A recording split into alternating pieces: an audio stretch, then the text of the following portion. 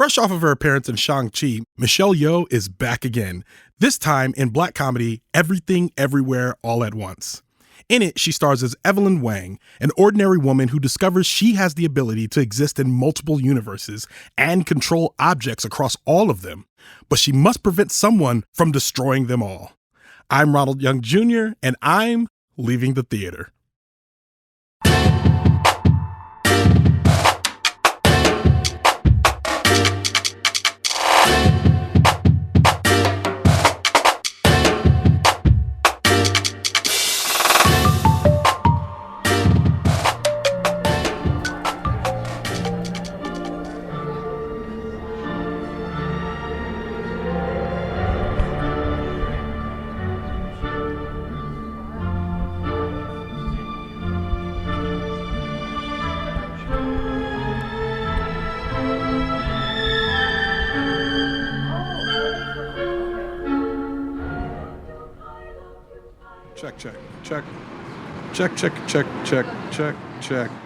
Check. This is Ronald. All right. I am leaving the theater after seeing Everything, Everywhere, All at Once. I'm dodging across the street with... Nichole. Nick.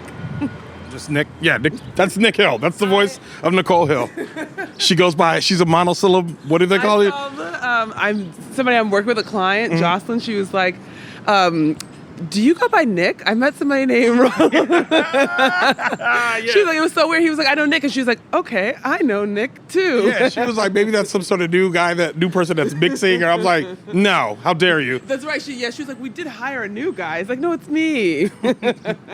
All right. Everything Everywhere All at Once starring Michelle Yeoh, Quan, Stephanie Hsu, James Hong, Jamie Lee Curtis, Tallie Medel, Jenny Slate, Harry Shum Jr., Audrey Wasilewski, Sunia Mani, and Daniel Scheinert. Daniel Scheinert. Yeah. Written and directed by Quan and Daniel Scheinert, otherwise known as Daniels. They actually did something else. I don't remember what it is. Do you remember what it is? Something else. What is it? Because they're the Daniels. I don't think I liked it, what it was. Because I remember they were like, by Daniels, and I was like, I'll remember that. I'll be sure never to forget. Yeah. I don't like the Daniels. All right, so Everything Everywhere All at Once, for people that don't know, it's about a woman named Evelyn Wang who is working at a laundromat, and she is getting audited, and while she's being audited, she discovers that she basically has the ability to move through different universes and control items in all of them while trying to stop someone who seemingly is trying to destroy all of the universes. That's basically the plot. That's as much as we can tell you without ruining it. Mm-hmm. I can see. Well, I can see. Is that the plot? I'm not sure I fully understand what occurred, but I liked it. It put me like in a very contemplative, reflective, emotional place. Yeah. But I don't know that I don't know. I know I don't know what happened. Okay, neither do I. Okay, so initial thoughts. When the movie started, I remember the main thing I was thinking was, this movie has my full attention. Yeah. And from the beginning, they're doing normal family stuff, just dealing with all the family, like things that are going on around them, paying the bills, there's a party going on. It was very ADHD in the beginning, the same way that we all are when we have hold on one second, stupid tourist buses going by. Nobody cares. All right? $50. Get out of here. Yeah, we'll take them. We did need them. Get the heck out of here. Yeah. They were gone for a while. And there's so many of them. They're lined up there. This is because it's this place. Yeah, I forgot we're the weirdos. We shouldn't be here. We have no business here. We're the ones in the wrong spot. Yeah, we're going to ever be here. We're 100% going to Alamo. Yeah. That's right. Home where we belong. Okay. So yeah, the energy in the beginning was very fast-paced, and it felt very relatable in that way. What did you think of the very beginning? I thought it kept me thinking of Baz Luhrmann. Like, it's very fast. We're doing a lot of cuts, but not so fast that it's whiplashy. Yeah, just easy to follow. Exactly. Yeah, fast in the way that really puts you in Evelyn's shoes, where there's a lot of noise. Yeah. Everything just felt like noise. Yeah. Where her daughter felt like noise, her husband, all these people who need her, just felt like distractions from not anything in particular, but you got the sense that, this is a woman who is overwhelmed and can't focus. Yes. I think that's what I got too. I was sitting there watching it, and I just kept thinking ADHD. I kept thinking that over and over again. I was like, yeah, and I'm like, but it didn't feel unique to her. It felt like everyone wanted her attention for something different, and for all very important things. Yes. Like her dad wanted her attention, her daughter wanted her attention, her husband wanted her attention, all for very important things. And it's like the movie's like, all right. So check this out. You know, you guys have a lot of things competing for your attention in life. What if, everything all at once? That could have been the whole movie. Yeah. But it was like, you know what's funny? In the 90s, there probably is a movie that is that, where they don't take the journey we want. But at one point, the movie just starts to take this journey. Now, my question for you is, when it starts to delve into, when it becomes a sci-fi movie, which it is, how did you feel about that? Okay, so I was excited when we get our first little glimpse of like, ooh, something odd is going to happen. My issue, it was initially that it takes over an hour for her to understand the rules of her new world. Okay. That is too long. Yes. She keeps being confused. Her world change is about, I was tracking it, her world change is about 20 minutes in, 30 minutes in, and she is confused for 30 minutes straight. Yes. That's too long. Yeah. So that annoyed me. But once her world starts changing and you learn the rules of it, I thought it was very poetic and beautiful. Yeah. I really did. I absolutely agree with that. I think what got me was it felt like the movie would reward someone like me who it's hard for me to pay attention to stuff if they're doing too much talking. And I feel like I've seen movies where they just be doing too much talking. I'm like, man, come on, man, bring on the water. You know what I mean? Like, what we doing out here? What this movie, I think, does very well is it peppers it in. You're right. The confusion was irritating. But what was not irritating was that they would give you some talking and then give you some action. Yes, and they like rewarded you with good action. Yeah. Where I'd be like, and it was enough for somebody like Ronald to draw me in. I'm like, okay, great. Okay, great. I'm back in. Okay, I'm back in again. And the emotional beats of this movie, I cried 3 times in this movie. Like, I was like, and not full of tears, like, nah, no thug tears out here. Yeah, but more like it just like welled up, and I'm like, push it back in, get it back in there. Yeah, it was like that. Yeah. But like from the beginning, I think in each act, there was something that happened. It was always the stuff that had to do with her and her daughter. Always. Every single time. And then the one part where we're talking about the possibilities that we become because of our decisions. Man, I went down a path. I had to pull myself back out of the multiverse at that point. What did you think about that? The thing that gets me, like whenever it's like you could have lived a bunch of different lives.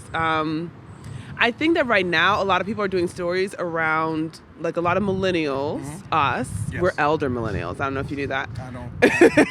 I have a birthday on Tuesday and I don't want to You're hear stuff an elder. Yeah. So a lot of elder millennials are doing these movies where they're taking their parents to task and kind of being like, these are the ways that here's how you mess me up. Here's how you mess me up. This is what my therapy is all about now. But what I love about this is you get some of that, and you also get some of the mom side of it too, which I feel like you so rarely get. Yeah. And in getting to explore all these like universes that seem, when they show up in her busy life, they just seem like weird. Like, what are you even talking about? Like, shut up about that. I need your attention on me. Yeah. But then when you go into the multiverses and you see the little things that she likes turned into universes, they're beautiful and they're rich, and it makes you understand why she can't just focus on any one thing. Yeah. Because there's so many other lives that, like, they don't just die. You still have, they're like still in her a little bit. Like, and that was like, ooh, that just got me. I think it's beautiful. I think, and I can't get over, like, the movie is beautiful. I think you can't really understate the work that Michelle Yeoh and Kelly and Stephanie Hsu do. I can't get over like how the work that they do in this movie. They put, acting wise, and I'm sitting there watching, I'm like, did y'all put out this movie too early? Should this be a September movie? Because y'all need to be in the conversation next year. They should be, but they might have to do a re-release to do it. But what did you think of Michelle Yeoh? She's always extraordinary and incredible. Yeah. I don't know if I've seen her play. Me either. Yeah, this is so different. And it's amazing. Like, it gets in your soul, but I've never seen her like this. Yes. It's beautiful. In the beginning of the movie, she establishes that it's like, okay, y'all think y'all know Michelle Yeoh, but check this out. And she's doing stuff, and it's not about because we've seen her be cold in Crazy Rich Asians. We've seen her be calculating, all of that. We've seen her be like strong and powerful many times. In this one, she seems like a woman on the brink, and we've never seen Nichole Yeoh like that. And the humanity that it brings through in the interactions with her daughter, they came to act. Yeah. They did, and I think it just shows you like that people are so multifaceted. Usually she does play one monolithic character, and she was all those pieces of those characters were in her, and she had to like tap into them. And I adore the way you tap into your powers in this like world. It's like that the poetry of that is like, oh my God. I'm just, because I feel like, and probably for you too, that the way that you tap into your powers in this world feel very similar to the way you tap into your powers in the real world. Oh, 100%. Yeah, like that's just a beautiful metaphor that is like I'm just gonna be thinking about that for a long time. It echoes out, it creeps out like in those ways. I think I will say one thing that I started to think, and I don't know if you thought of this. The movie's like, I think it runs about a little over 2 hours. Might just be at 2 hours. It runs. And I feel like there was one point where I was like, is this movie going off the rails? Has it gone off the rails? And there was a couple of particular portions I'm thinking about, specifically hot dog hands, and we'll leave it at that. We won't go too deep because we don't want to spoil it. But like, okay. Didn't need it. Okay, neither did I. Like, okay, I have a capacity for weird. Yep. And we definitely exceeded it. Yes. And I think that this is my own personal preference, but I think we needed one less weird universe. Agreed.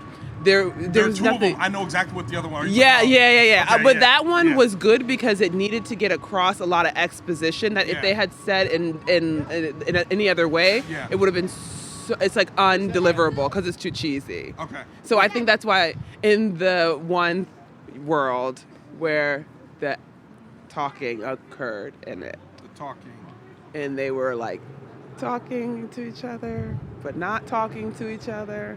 Because they couldn't talk to each other on the mountain. Oh, yes. Is that the other word? That's the second world? No, actually, that didn't bother me. I was going to say the one that got me was the Pixar referenced one. That's the one where I was like, you could have got rid of that completely. Those were my two main ones. I thought you were going to say because we were on the same page about the cliff thing. But the Pixar thing and the hot dog hands, unnecessary. Yeah. You didn't need the comedy. We don't actually need any comedic beats by them. No. It's like you're all the way in. It's just they had me. Yeah, exactly. And I think there was one part where it was still like the ways in which she was dressing and all that was kind of distracting at that point when you get to that portion of the movie, which is this movie should be up for the best film of 2022. It should be up for best picture. But if there's another movie that maybe holds it together more in those portions, I think that's gonna edge this one out for me in that way. But acting wise, I'm like, you take those portions, because even those parts where things are seemingly starting to feel like they're going off the rails, those two are staying the course, and they're doing exactly. And then even her husband and James Hong and Ki-hyu Kwan, like they're doing great jobs in this movie. The husband, and they're like, and it's funny because they are full on supporting characters in this movie. It is not their movie, but they show up and they clock in, and like that. I liked them more than I liked the ancillary characters after that. You know what I mean? When you go a level below them, I'm just like, I don't know how much I needed Biff with or the rest of y'all. You know what I mean? I like, though, that they did something that they did really beautifully was character development very quietly. Yeah. So the husband was who he was in every universe consistently and throughout, like in the moments when you needed them the most. His character shined through and made the difference. Yeah. And in the same way, her dad I think they showed the generational impact of parenting. That's all I'm gonna say. But it's just like I think they just did such a good job of creating characters and then holding true to them. Yep. And that was really powerful. And even the weirdness, like when she's dressing weird, I think that's so representative of her character, showing up in different ways in different universes. Yeah. So when I think about being like that character's age and what I want from my parents, like the reasons that they were driving me out of my mind and I want to be close to them and I want to be far away from them, are not reasons that I could fully articulate then or now. Yep. It seems like you should. It seems like, I feel like we get this idea that like if my parents just did A, B, C, 1, 2, 3, it would be perfect and we would be fixed. Yeah. But it's a maddening relationship. It can't be fixed in that way. Yes. And I think it's interesting the way that they explore how you heal your relationships with your parents, what is possible and what is just like, you can't put words to it. Yeah.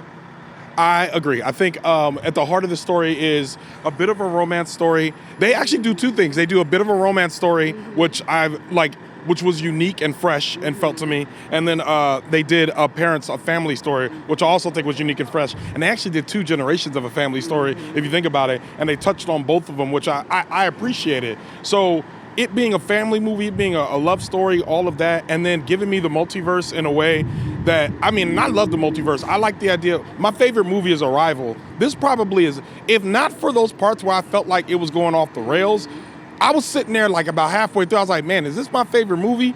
And I was sitting there and I'm like, it's definitely gonna be in the running, because I love things like that where people really get to the mind of this whole of multiverse, of everything, experiencing all of it at one time, being present, all of that stuff. And I think this movie did that well. Is there anything that I didn't mention that you want to mention? Let me think. Is there anything else? Those were the big pieces. It's always beautiful to explore. Oh, I think like the reason that they picked that Evelyn Oh man. Yeah. It just is so relatable. Yes. Because I think everybody thinks that all of the other versions of your life would be so perfect. Yes. And I like what they're doing with like exploring the pieces, the residue. I like that all of it just ties back to like your life could have gone a million different ways, but only because you are you. Yes. And all of the different people you would have been in that world are still in you, regardless of the world you're in. Correct. Yes. And that was really beautiful. I think also the idea. You did, but it's a beautiful movie. But it is one thing to say that when you get to the portions, they said that you were the most ordinary you. And I think that's where they really like did some resonant work there, where it was like, oh yeah, this is. I guess that's the only way. Worst you. Yeah. You're the worst one. Yeah, exactly. And I think don't we all feel like I feel like that's such a relatable feeling of like I could assumption have that lived the a million prime lives. And I'm living this one like I'm the worst one. Yeah. I was sitting there thinking, and I'm like, man, I got to do back. I got out of there. I was like, man, I got to be motivated. I got to do more things. You know what I mean? So I'm like, it made me feel that way. Over and all. Yeah, I don't know why it decided to do that. Like, we're audio producers. I'm immediately like, gosh, man. But I got an engineer now, so yeah. So I'm like, EQ that out, Thomas. Nice consistent sound is easy. Yeah, exactly. Okay, so what's your star rating out of 5 stars? I'm giving it a 4.5. Okay. Yeah. I would give it a 4.5, but that off the rail stuff got me.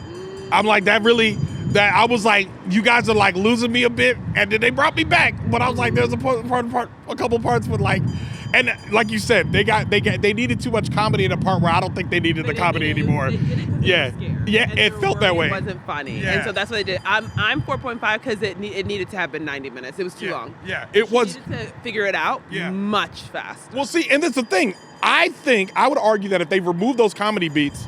Yo, man, we get it. You're a trolley. We get it. Oh my God, get out of here. Yeah. Oh my God, you know what? It's DC. They're like, oh look, it's locals. That's what they're doing.